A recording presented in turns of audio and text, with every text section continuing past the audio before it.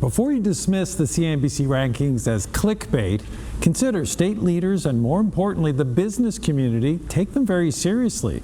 The rankings are comprised of some 135 metrics across 10 categories, but by far the most important is the economy. And that's where CNBC says Virginia has been hurt badly by the Trump administration's federal job cuts. Virginia, with some 300,000 federal employees and contractors, is disproportionately impacted by the cuts. Those losses have a compounding effect in their local communities, as far as declining spending on leisure or retail. Governor Youngkin, who has said he supports the cuts, says his plan to transition workers will soften the blow, while some economists remain skeptical. As for the CNBC ranking, Youngkin insists Virginia is still the best state in which to do business. In a statement posted to X, he said, CNBC's new methodology this year is thrown off by a new subjective metric that mistakenly ascribes substantial risk to Virginia from the federal government's presence in the Commonwealth.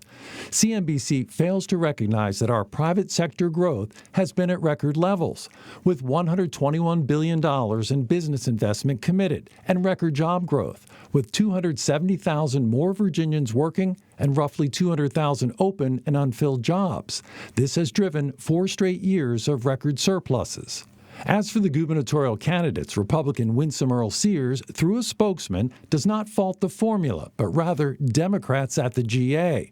He said in a statement, "This frighteningly is a harbinger of things to come if Democrats continue to stand in the way of smart economic policies that foster growth and opportunity. Our competitive advantage nationally has already been weakened with liberal control in the General Assembly. It'll be hardworking Virginians who pay the price if Abigail Spanberger is governor."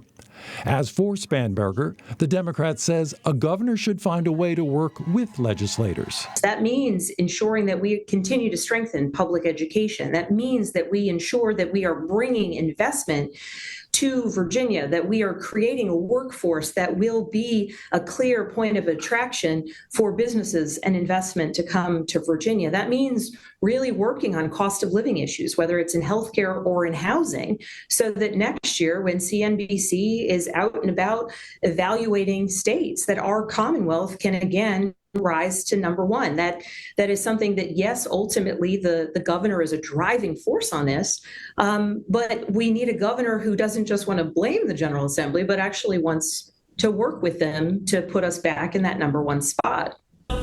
And if you'd like to see the CNBC report and check out the categories they use to measure each state, we've put a link at WTVR.com.